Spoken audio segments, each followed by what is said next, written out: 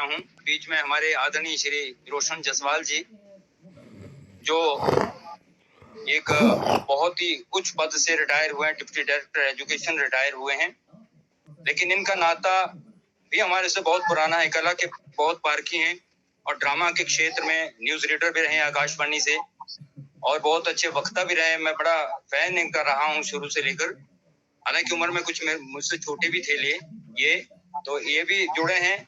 मैं इनका भी बहुत बहुत आभार व्यक्त करता हूँ और सबसे ज्यादा आभार जो व्यक्त कर रहा हूँ वो आदरणीय केसी परिहार जी और रमेश शर्मा जी का, जिन्होंने ये कार्यक्रम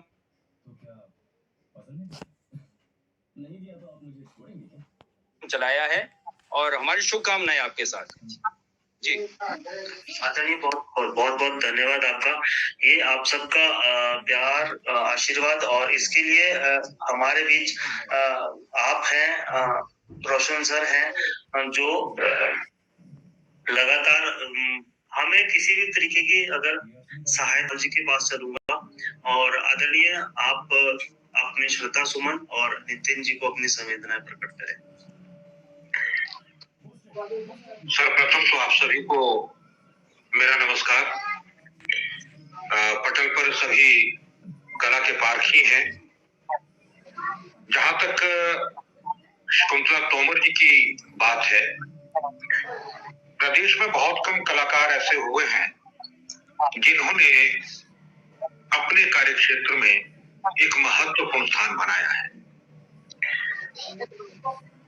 शकुंतला तोमर जी ने अपने गायन के माध्यम से और अपने व्यवहार के माध्यम से इस क्षेत्र में अपना स्थान बनाया है। देखिए, आना और जाना तो एक जीवन का सत्य है और इस जीवन यात्रा में हमारा जो कर्म है, हम उसे कितनी ईमानदारी से करते हैं, कितनी शिद्दत से करते हैं, ये महत्वपूर्ण होता है। और जब संगीत की बात आती है, खासकर जो हमारा पहाड़ी संगीत है, जब उसकी बात आती है तो गिने चुने लोगों को ही हम याद करते हैं, जिसमें शकुंतला तोमर जी का नाम सर्वोपरि आता है। उनका असमय चले जाना वास्तव में एक दुखद घटना है। मैं तोमर परिवार के साथ अपनी संवेदनाएं व्यक्त करता हूं और दिवंगत आत्मा के प्रति यही कहूंगा कि प्रभु उन्हें अपने चरणों में स्थान दे और उनकी आत्मा को शांति मिले। अभी जो बातचीत चली हुई थी, उनके जीवन परिचय को प्रस्तुत किया गया, उनके कार्य को प्रस्तुत किया गया। देखिए, मैं समझता हूं कि ये मेरा व्यक्तिगत विचार है। हमारी पहचान हमारे कार्य से ही होती है। हमें जो कार्य दिया गया है, हम उसे किस ईमानदारी और किस मेहनत से निभाते हैं, तभी हम अपना स्थान बना पाते हैं। शकुंतला तोमर जी इस क्षेत्र में सर्वोपरि है। कार्यक्रम में गंधर्व जी बैठे हैं, मेरे पुराने मित्र हैं। भाई गंधर्व जी, आपके साथ एक लंबा समय बीता है रेडियो में और आपको याद होगा कि जब मैं उद्घोषणाएं करता था तो एक पहाड़ी फरमाइशी कार्यक्रम आया करता था रात 9:30 बजे और उसमें अक्सर एक गाने की बड़ी फरमाइश आया करती थी। वो था कि बंजवारू आया हो मैं पहननिया बंगा। अक्सर हर कार्यक्रम में ये फरमाइश उनकी आया करती थी। उनके बहुत से गीत हैं और जो उनके खुद के लिखे हुए भी हैं। अगर आप उन गीतों की शब्द रचना देखें तो आपको लगेगा कि भाई वो जीवन के बड़े आसपास, खासकर जो मैं किया जीना जली जली मर्दे शरीफ। अगर आप इस गीत की संरचना देखें तो आज हमारे समाज में जो घट रहा है, पारिवारिक विघटन जो हो रहा है, वो उन्होंने बहुत पहले ही महसूस कर लिया था। समाज में जो विघटन है उसकी आहट उन्होंने सुन ली थी और उस आहट को उन्होंने अपने शब्दों में व्यक्त किया कि मैं किया जीना जली जली मर्दे शरीफ। ये आज हमारा जीवन है। इसके अलावा उनका वो बदलू वाला जो है कि भी दिन भर से शब्द बोल रहा हूँ।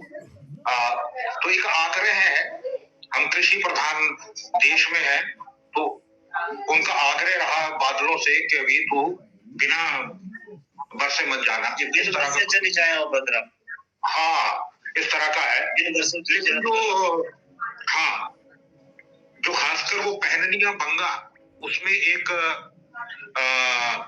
इच्छा व्यक्त की है, बेहतरीन गायन उनका रहा है और शब्द रचना बहुत अच्छी रही है। मैं ये इसलिए कह रहा हूँ कि इस गीत की बहुत फरमाइश आया करती थी। नितिन तोमर जी ने एक बात कही है कि उन्हें सरकार की तरफ से कोई सम्मान नहीं मिला है।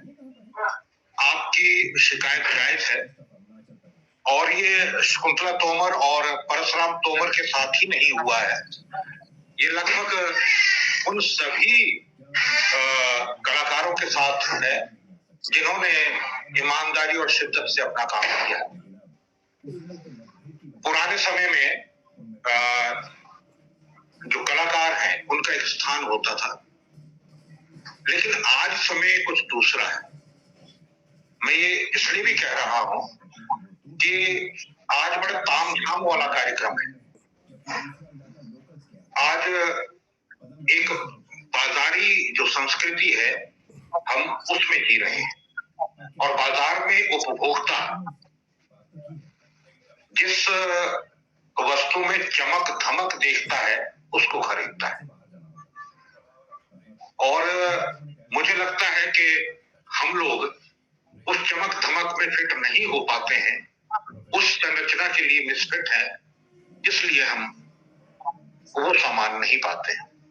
लेकिन मेरा व्यक्तिगत विचार यही है कि अगर हम अपने गीतों के माध्यम से, अपने कृतित्व के माध्यम से अपने सुनने वाले, अपने देखने वाले, अपने रिश्तेदारों और अपने मित्रों में, उनके दिलों में जगह बना पाए, तो वो वास्तव में हमारा वास्तविक सम्मान है।